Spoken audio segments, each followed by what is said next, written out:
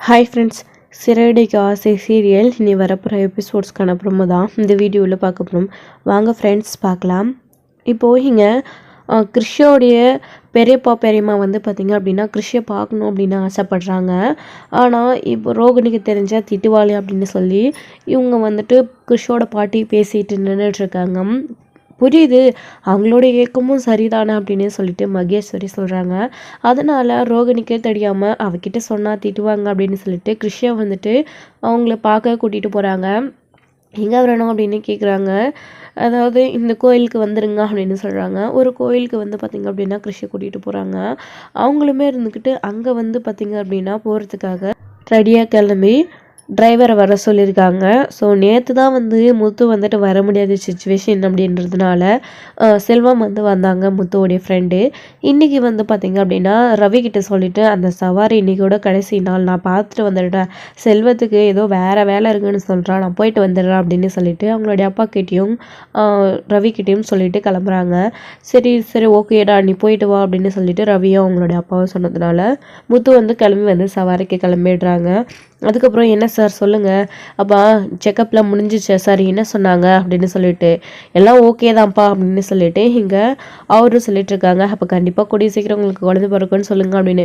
அது தெரியலையேப்பா, எல்லா செக்கப்பும் பண்ணியாச்சு, ஆனால் உடம்புல எந்த பிரச்சனையும் இல்லை, கண்டிப்பாக குழந்தை பிறக்கும் அப்படின்னு தான் சொல்கிறாங்களே தவிர அது எப்போ என்னைக்கு நடக்கும்னு தெரியாத இல்லையா, அது கடவுள் கொடுக்குற வேண்டிய வரம்பா, அதுதான் செய்ய வேண்டிய நேரத்தில், அதாவது பெற்றுக்க வேண்டிய சமயத்தில் பெற்றுக்காமல் விட்டுட்டா இந்த மாதிரி தான் ஆகும். என்ன பண்ணுறது, வெயிட் பண்ணி தானே ஆகணும். அது இன்றைக்கோ நாளைக்கோ இல்லை இன்னொரு 4 வருஷமோ 5 வருஷமோ பார்க்கலாம்ப்பா, எங்களுக்கும் வயசாகிட்டே போகுது, கூடிய சீக்கிரம் ஒரு குழந்தை வந்தால் நல்லாயிருக்கும், நாங்களும் தான் ஆசைப்பட்றோம், ஆனால் அது முடிய மாட்டேங்குது. ஆனால் என் அண்ணன் பையன் ஒருத்தர் இருக்கான், அவனை பேசாமல் தத்து எடுத்துக்கிட்டா நல்லா இருக்குன்னு தான் நாங்கள் யோசிக்கிறோம், ஆனால் அதுக்கு அவளுடைய அம்மா வேணுமே அப்படின்னு சொல்லிட்டு. ஆனால் அவன் இப்போது அவள் பாட்டி கூட தான் இருக்கான். ஆனால் வந்துட்டு அவங்கள பாட்டியும் இன்னும் எத்தனை நாள் இருப்பாங்கன்னு தெரியலை. அந்த பையனை அதாவது என் அண்ணன் பையனை என்கிட்ட ஒப்படைச்சிட்டா நான் வச்சு வளர்த்தப்பேன். அவங்களும் வந்து என்னுடைய அண்ணன் ஒய்ஃபை வந்து வேற ஒரு கல்யாணம் பண்ணிக்கிட்டு போயிட்டாங்க. அதனால தான் சொல்கிறேன், இந்த குழந்தைய என்கிட்ட கொடுத்துருங்க அப்படின்னாலையும் அதுவும் அவங்க வந்துட்டு கொடுக்க மாட்டேன்னு பிடிவாதமாக இருக்காங்க. கண்டிப்பாக இப்போ நாங்கள் இந்த விஷயத்தை பற்றி அவங்கக்கிட்ட பேசி கேட்டால் கூட அவங்க கண்டிப்பாக குழந்தைய தரமாட்டாங்க அப்படின்னு தான் பேசிகிட்டு இருக்காங்க. ஏன் சார் தரமாட்டாங்க, அவங்களுக்கும் செகண்ட் மேரேஜ் ஆகிடுச்சு அப்படின்னு சொல்கிறீங்க, அவங்கள பாட்டி கூட தான் அவன் இருக்கான்னு சொல்கிறீங்க. சப்போஸ் அவங்க பாட்டிக்கு திடீர்னு ஏதாச்சும் ஒன்று ஆச்சுன்னா என்ன சார் பண்ணுவீங்க? பேசாமல் அவங்களாச்சு சார், நீங்கள் சொல்கிற மாதிரி அந்த குழந்தைய அவங்க செகண்ட் மேரேஜ் பண்ணிக்கிட்டாலையும் அந்த குழந்தைய அவங்க கூட தான் சார் வச்சுக்கணும், பாட்டி கூட விட்டு வச்சுருக்காங்க. பாட்டிக்கு எதனா ஒன்று ஆயிடுச்சுன்னா அப்புறம் வேறு யார்கிட்ட அவங்க குழந்தைய விட்டு வைப்பாங்க? அதுக்கு பேசாமல் நம்ம மச்சின தானே அப்படின்னு உங்ககிட்டே கொடுத்துட்டா அந்த குழந்தை நல்லபடியாக இருக்குமே சார். உங்களுக்கும் குழந்தை இல்லை, அந்த கஷ்டம் இல்லாமல் நீங்களும் அண்ணன் குழந்தைய பாசமாக வளர்ப்பீங்க, எல்லா பிரச்சனையும் சால்வ் ஆகிடும்ல சார் அப்படின்னு சொல்லிட்டு.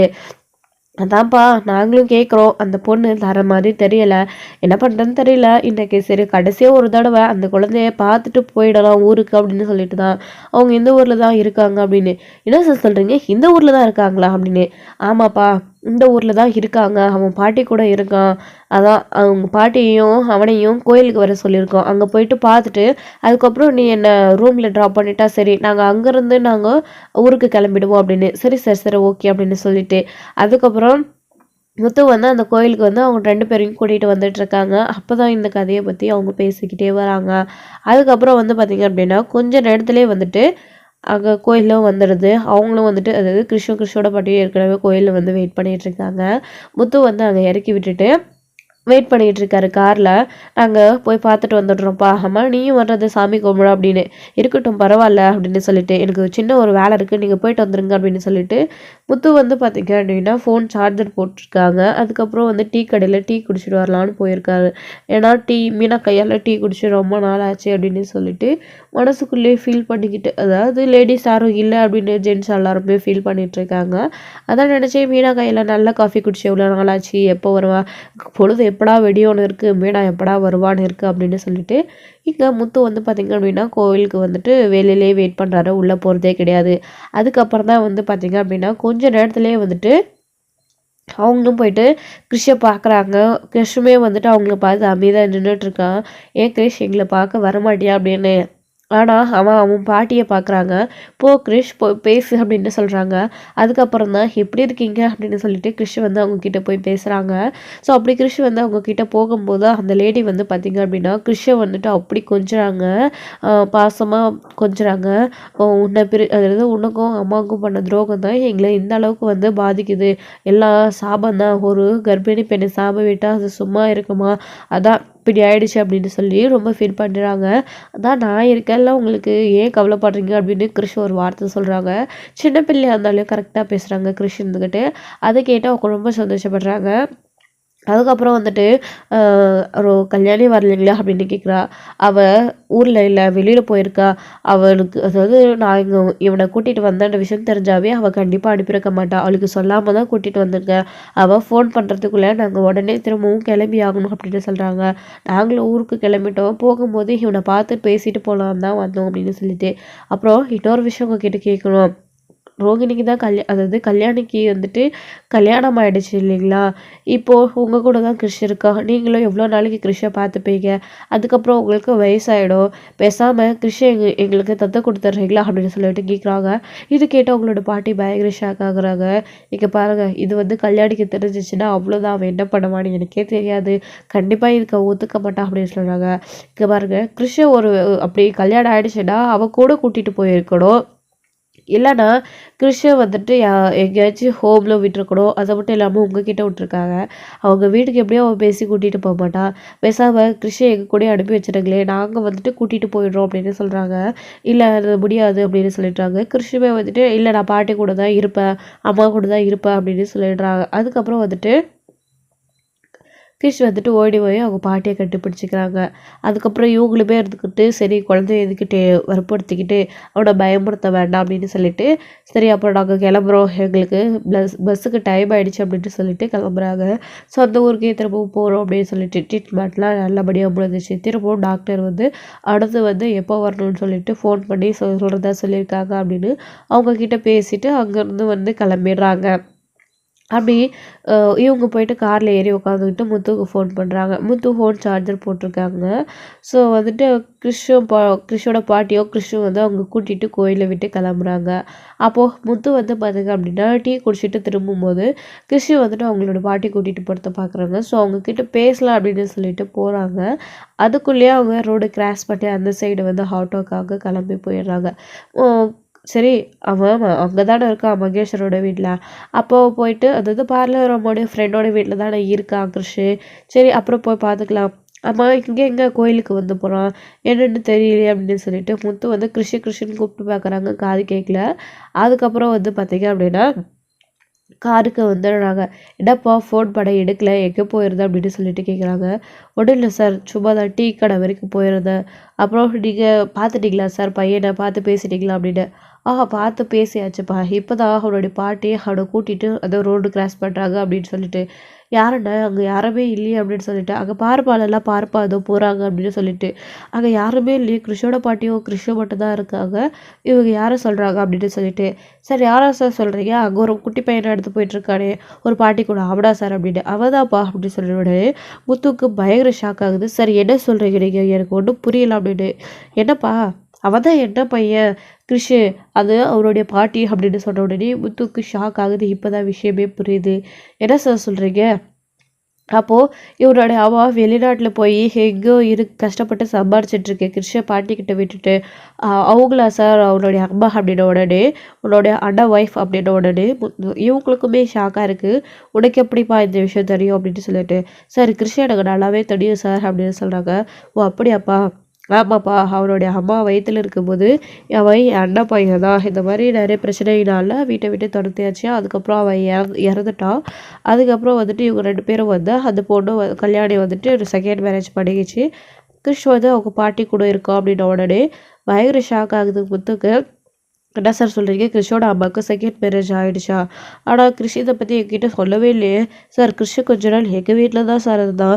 அவங்களுடைய அம்மா கிட்ட பேசணும் நாங்களும் எவ்வளவோ ட்ரை பண்ணுறோம், ஆனால் முடியல சார். இவங்க அக்கறையே இல்லாமல் பையனை இங்கே விட்டுட்டு போயிடுறாங்க. அதனால நிறைய விஷயங்கள் நடக்குது சார் அப்படின்னு. கிறிஷ் வந்து நல்ல பையன் அப்படின்னு நிறைய விஷயங்களை சொல்கிறாங்க. அதுக்கப்புறமா அப்போது கிருஷோடைய அம்மாவுடைய ஃபோன் நம்பர் கிடைக்குமா சார், நீங்கள் அவங்களோட ஃபோட்டோ ஏதாச்சும் இருக்கா, ஃபோன் நம்பர் இது கொடுக்குறீங்களா அப்படின்னு சொல்லிட்டு, ஓ எங்களுக்கு ஃபோன் நம்பர் வந்துட்டு தெரியும், ஆனால் அவள் எங்ககிட்டயும் ரொம்ப இது பண்ணி கோவமாக பேசுகிறா, மற்றவங்க யாராச்சும் பேசுனா அப்புறம் ஏதாச்சும் பண்ணாலும் பண்ணிடுவா, ஃபோனை ஆஃப் பண்ணி வைக்க கூட அவள் தயங்க மாட்டான், நீங்கள் வாங்க தம்பி எங்களுக்கு பஸ்ஸுக்கு டைம் ஆகுது வண்டி எடுங்க அப்படின்ன உடனே முத்து வண்டி எடுத்துக்கிட்டு கார் ஓட்டிக்கிட்டு கிருஷோட, அதாவது கிருஷோட சொந்தக்காரங்களா அவங்களுடைய பெரியப்பா பெரியம்மாவா இவங்க, அப்போ இவங்கள வச்சு கிருஷை வந்து ஒப்படைச்சலாமே. சார் இது நல்ல ஐடியாவாக தான் சார் இருக்குது, உங்கள் அண்ணன் பையன் நீங்கள் கூட்டிகிட்டு போய் வளர்க்குறதுல என்ன சார் தப்பு இருக்குது, அவங்களோட அம்மா தான் பொறுப்பு இல்லாமல் பையனை கொஞ்சம் கூட கண்டுக்காம அப்படியே எங்கனாலும் விட்டுட்டு போர்டிங் ஸ்கூலு அப்புறம் ஹாஸ்டல் இந்த மாதிரிலாம் விட்டுட்டு போயிடுறாங்க. உங்கள் கூட இருந்தால் உங்களோட அரவணைப்பில் வீட்டில் சந்தோஷமாக கிருஷ் வளருவானே, அவனுக்கு ஒரு பாசம் கிடைக்கணும் சார். அம்மா இல்லாத வளர்ற பிள்ளை எவ்வளோ கஷ்டப்படும்னு எனக்கு தான் சார் தெரியும், நீங்கள் கூட்டிகிட்டு போங்க அந்த பையனை, எப்படியாச்சும் கிருஷ்ணை கூட்டிகிட்டு போயிடுங்க அப்படின்னு சொல்கிறாங்க. கண்டிப்பாக முடிஞ்ச அளவுக்கு கிருஷ்ண அடுத்த டைம் வரும்போது நாங்கள் கூட்டிகிட்டு தான் ஊருக்கு போவோம் அப்படின்னு சொல்கிறாங்க. சார் அப்புறம் உங்களோட ஃபோன் நம்பர் கிடைக்குமா அப்படின்னு பொத்து வந்து ஃபோன் நம்பர் வாங்கி வச்சுக்கிறாங்க. அவங்கள இறக்கி விட்டுட்டு வீட்டுக்கு வந்துடுறாங்க. அதுக்கப்புறம் மீனா வந்துட்டு மீனாவுக்கு வந்துட்டு ஃபோன் பண்ணி விஷயத்த சொல்லலாம் அப்படின்னு பார்க்குறாங்க. சரி காலையில் எப்படியும் அவளே வந்துடுவா, காலையிலே சொல்லிக்கலாம் அப்படின்னு முத்து அப்படி தேடுறாரு. அதுக்கப்புறம் தூங்கி வச்ச உடனே காலையில் வந்து பார்த்திங்க அப்படின்னா மீனா வந்து பார்த்திங்க அப்படின்னா வராங்க. ஸோ மீனா மட்டுமே கிடையாது, டூர் போயிருந்தவங்க ரோஹிணி எல்லாருமே வராங்க, ஸ்ருதி விஜயா எல்லாருமே. அப்போ வந்து பார்த்திங்க அப்படின்னா மீனா அவங்கக்கிட்ட ஒரு முக்கியமான விஷயம் பேசணும் அப்படின்னு சொல்லிட்டு, சொல்லுங்க என்ன விஷயம் அப்படின்னு. ஏதா அதாவது முருகன் ஒரு சவாரி சொல்லிவிட்டாளா அப்படின்னு சொல்லிட்டு, ஆமாம்ல நீங்கள் தான் அந்த சவாரிக்கு போவே இல்லையே, மாமா தனியாக இருக்காங்கன்னு சொல்லிட்டு, அதுக்கு என்னங்க இப்போ அப்படின்னு, திரும்பவும் அந்த சவாரிக்கு போகணுமா அப்படின்னு, இப்போ போகிறதா போக அப்படின்னு, இல்லை விடா அவங்க இல்லை அவங்க ஊருக்கு போயிட்டாங்க, ஆனால் அவங்க யார் தெரியுமா, கிருஷ்ணர் இருக்கார்ல அவருடைய பெரியப்பா பெரியம்மா அப்படின்னு சொன்ன உடனே வீணாக்கு ஷாக் ஆகுது. வீணாக்கு மட்டுமே இல்லை, எல்லாருமே என்னடா சொல்கிற நீ அப்படின்னு கேட்குறாங்க. இப்போ ரோகிணிக்கு அப்படியே அள்ளு விட்டு போகுது, நம்மளை பற்றின விஷயம் முத்துக்கு தெரிஞ்சிடுச்சா அப்படின்னு சொல்லிட்டு அப்படியே ரொம்ப பயத்தில் இருக்காங்க. ஸோ இப்போ என்னங்க சொல்கிறீங்க, கிருஷ்ணோடைய பெரியப்பாவா அப்படின்னு.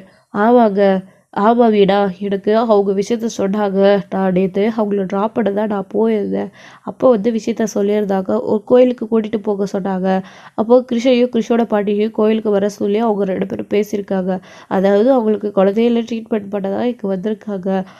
கிருஷ் வந்து அவங்க அம்மா வயிற்றில் இருக்கும்போது பிரச்சனைனால அவங்கள வீட்டை விட்டு இவங்க துரத்திட்டு தான் சொல்கிறாங்க, அந்த பாவத்தில் தான் இது வரைக்குமே எங்களுக்கு குழந்தை இல்லை அப்படின்னு அவங்க சொல்லிட்டு இருக்காங்க. நான் சொன்னால் அதுக்கு பேசாமல் நீங்களே கிருஷ்ணை கூட்டிகிட்டு போய் தத்தெடுத்து வளர்க்கலாமே, ஏன்னா அவங்களுடைய அம்மா எங்கேயோ வந்து பாரியில் அவளை விட்டுட்டு, அதாவது இங்கே விட்டுட்டு பாரியில் போய் அங்கே சம்பாதிச்சிட்டு இருக்காங்க, நீங்கள் வந்து கிருஷ்ணை கூட்டிகிட்டு போய் குழந்தை இல்லை அப்படின்னு சொல்கிறீங்க, நீங்களே தாராளமாக வளர்க்கலாமே அப்படின்றப்போ அவங்களுமே அந்த யோசனை தான் நான் சொல்லிட்டு போனாங்க அப்படின்னு. ஏங்க நீங்கள் அப்போது கிருஷோடைய அம்மாவோட நம்பரை அவங்கக்கிட்ட வாங்கியிருக்கலாமே, அப்போது அவங்கள இங்கே இருக்க வச்சிருக்கலாமே, கிருஷோடைய அம்மா யார் என்னன்னு நம்ம தெரிஞ்சிருக்கலாம்ல, ஏங்க விட்டுட்டீங்க அப்படின்னு சொல்லிட்டு சொன்னோம். மீனா சொன்ன உடனே அப்படி பயங்கர ஷாக் ஆகுது ரோகிணிக்கு, என்ன பண்ணுறதுனே புரியல, தாட்டிக்கிட்டோமோ அப்படின்னு சொல்லிட்டு. இந்த அம்மா நம்மக்கிட்ட சொல்லாமல் கிருஷ்ணா கோயிலுக்கு கூட்டிகிட்டு போயிருக்கு, இந்த விஷயம் முத்துக்கு தெரிஞ்சு இப்போ எவ்வளோ பெரிய பிரச்சனையாக இருக்குது, இந்த அம்மாவுக்கு கொஞ்சம் கூட அறிவே இல்லை அப்படின்னு சொல்லிட்டு பயங்கரமாக வந்து பார்த்தீங்க அப்படின்னா ரோகிணியும் கோவத்தில் இருக்காங்க. அதுக்கப்புறம் வந்துட்டு வேணா நானுமே ஃபோன் நம்பர் கேட்டேன், ஆனால் அவன் என்கிட்டயே கல்யாணி வந்து எங்ககிட்டயே கோவமாக பேசுகிறான், உங்ககிட்ட பேசுவாளா என்னன்னு தெரியல தம்பி, பார்க்கலாம் விடுங்க, இது எங்களோட பிரச்சனை அப்படின்னு சொல்லிட்டு போயிருக்காங்க. ஆனால் கிருஷோடைய பாட்டி கிருஷோ இப்போ ரோஹித்தோட, அதாவது பார்லர் அம்மாவோட ஃப்ரெண்டோட வீட்டில் தானே இருக்காங்க, அங்கே போய் நாம் அவங்களுடைய பாட்டிக்கிட்ட விஷயத்த சொல்லி கேட்டால் கண்டிப்பாக அவங்க எல்லாத்தையும் சொல்லிடுவாங்க, நீ கவலைப்படாத அப்படின்னு சொல்லிட்டு இருக்காங்க. முத்து வந்துட்டு மீனா கிட்ட, அவங்க கரெக்ட் ஐடியா, இதை வச்சு கேட்டால் கண்டிப்பாக கண்டுபிடிச்சிடலாம், அவங்களோட கிருஷ்ணோட பெருமை இங்கே வந்திருந்தாங்க அப்படின்னா அவங்களோட பாட்டிக்கு தெரிஞ்சிருக்கும் நல்லாவே, அப்போ அவங்கக்கிட்ட கேட்டால் எல்லாமே தெரிஞ்சிடும் அப்படின்னு மீனாவும் சொல்கிறாங்க. ஆமாம் மீனா, சரி நாம் அவங்கள போய் பார்த்து பேசணும், நம்ம நீ போயிட்டு ஃப்ரெஷ்அப் ஆகிட்டு குளிச்சுட்டு வா, அதுக்கப்புறம் நம்ம போயிட்டு வந்துடலாம், லேட் பண்ண வேண்டாம் உடனே அப்படின்னு சொல்லிட்டு. ஏங்க என்னங்க இவனுக்கு வேலை? ஊர்லேருந்து நான் வீட்டுக்கு, அதாவது வெளியில் போயிட்டு வீட்டுக்கு இப்போ தான் காலடி எடுத்து வைக்கிறேன். 2 நாள் நிம்மதியாக ஜாலியாக இருந்தேன், மறுபடியும் வீட்டுக்கு வந்து உடனே ஆரம்பிச்சிட்டாங்களா? இன்னும் என்னெல்லாம் நடத்த போகிறாங்களே தெரியல. ஏங்க நம்ம தீபாவளியை போய் அங்கே கொண்டாடணும் பாட்டி ஊர்லன்னு சொல்லிட்டு இருக்கு, குலதெய்வ கோயிலுக்கு போகணும்னு சொல்லிட்டு இருக்கு. இது கொஞ்சமாச்சும் இவங்களுக்கு புரியுதா இல்லையாங்க? இப்போ நாம் உடனே கிளம்புனா தான் நாம் வந்துட்டு கிளம்ப முடியும். இவங்க என்ன இப்படி பேசிகிட்டு இருக்காங்க அப்படின்னு. அம்மா நாங்கள் போய் 1/2 மணி நேரத்தில் பார்த்துட்டு வந்துடுவோம், நீங்கள் எல்லாத்தையும் பேக் பண்ணி ரெடியாக இருங்க. அப்படியே உங்களுக்கு அவசரம்னா நீங்கள் முன்னாடி போக, நாங்கள் பின்னாடியே வந்துடுறோம் நானும் மீனாவும் காரில் அப்படின்னு சொல்கிறாங்க. ஆ இவன் பொண்டாட்டியை கூப்பிட்டு காரில் சொகுசாக வந்தானா மற்றதெல்லாம் யார் காரில் போவாங்களா அப்படின்னு. மா அதான் என் கார் இருக்கு இல்லைம்மா, நாம் அதில் போகலாம் விடுமா அப்படின்னு சொல்லிட்டு இங்கே மனோஜ் வந்து சொல்லிட்டு இருக்காங்க. அதுக்கப்புறம் வந்துட்டு ஏங்க சரி நான் போய் குளிச்சுட்டு ரெடி ஆகிட்டு வந்துட்டேன் அப்படின்னு மீனா உள்ளே போயிடுறாங்க. அதுக்கப்புறம் வந்துட்டு எல்லாருமே அவங்கவுங்க வேலையை பார்த்துக்கிட்டு போயிடுறாங்க. ஸ்ருதி வந்துட்டு ரவி கிட்ட வந்துட்டு என்னடா இல்லாமல் ஜாலியாக இருந்தியா அப்படின்னு சொல்லி பேசிகிட்டு இருக்காங்க.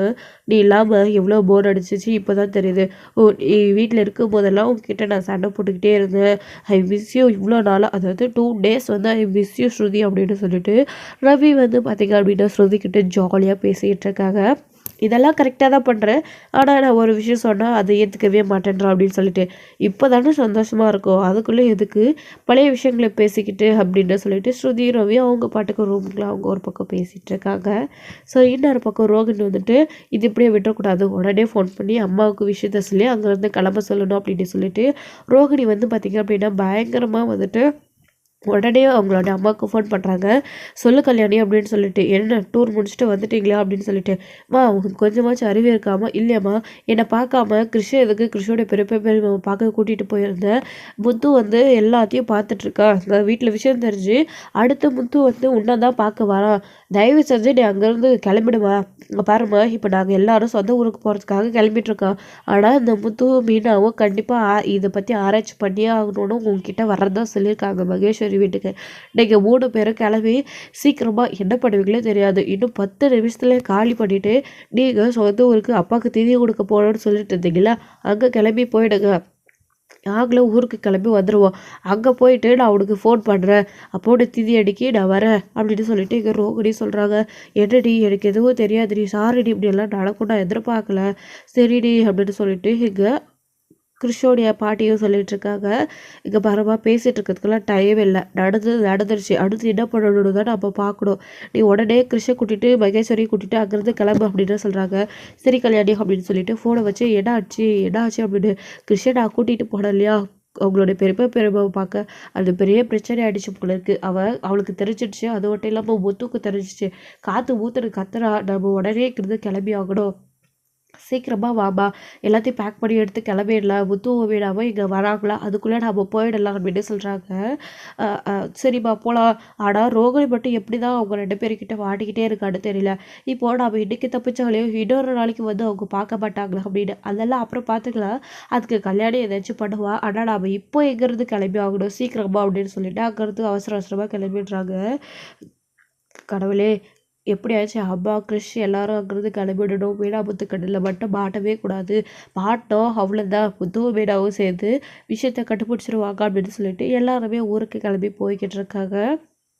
அதுக்கப்புறம் கிறிஷு, அதாவது வீடாவோ முத்துவோ கிறிஷை பார்க்கறதுக்காக போகிறாங்க, ஆனால் அவங்க ஆள் இல்லை. பக்கத்தில் இருக்கிறவங்க அவங்க கிளம்பி ஊருக்கு போயிடாங்கப்பா அப்படின்னு சொல்கிறாங்க. வர எத்தனை நாள் ஆகும் அப்படின்னு. தெரியலப்பா, அவங்க ஏதோ திதி கொடுக்கணும்னு போயிருக்காங்களா அவங்க புருஷனுக்கு, வர 4-5 நாள் ஆகும்னு சொல்லிட்டு போனாங்க அப்படின்னு சொல்லிடுறாங்க. சரி சார், சரி ஓகே அப்படின்னு சொல்லிட்டு, அவ்வளோ சொந்த ஊர் எக்கு சார் அப்படின்னு சொல்கிறாங்க. அவங்க வந்துட்டு ஒரு ஊர் சொல்கிறாங்க, அது வந்துட்டு ஆவால்ல நம்மளுடைய பாட்டி ஊர் பக்கம் தான் இருக்குது மேடம், சரிவா பார்க்கலாம் அப்படின்னு சொல்லிட்டு அங்கேருந்து கிளம்பிடுறாங்க. வந்த வேலை முடியலையே இப்படி ஆயிடுச்சு அப்படின்னு சொல்லிட்டு வீடாவும் முத்துக்கும் பேசிகிட்டு இருக்காங்க.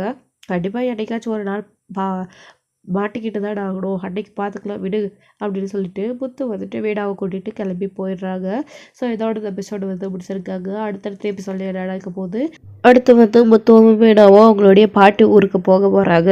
ஸோ எல்லாருமே ஃபேமிலியாக அங்கே போக போகிறாங்க. அடுத்து வந்துட்டு ரோகிணி வந்து அவங்களுடைய அப்பாவுடைய திதிக்காக வந்துட்டு கிருஷி இருக்கிற இடத்துக்கு போக போகிறாங்க. ஸோ அங்கே வந்து மீனை வந்து எதிர்பார்க்காத விதமாக ரோகிணியை வந்து பார்க்குறாங்க. ஸோ பார்த்து ரோகிணிக்கு அதாவது எல்லா விஷயமும் மீனா மீனாவுக்கு தெரிஞ்சு ரோகிணி பலார்னு அறையிறாங்க. இதோட அந்த எபிசோட் வந்து முடிச்சிருக்காங்க. அடுத்தடுத்த எபிசோடில் என்ன நடக்க போகுது, இது விஷயம் தெரிஞ்சு மீனா வந்து வீட்டில் சொன்னா ஸோ அவங்களோட ரியாக்ஷன் என்னவா இருக்க போகுது அப்படின்றதெல்லாம் வெயிட் பண்ணி நெக்ஸ்ட் ஸ்டோரியில் பார்க்கலாம். Friends thank you. இந்த வீடியோ உங்களுக்கு பிடிச்சிருந்தா லைக் பண்ணுங்கள், ஷேர் பண்ணுங்கள், கமெண்ட் பண்ணுங்கள்.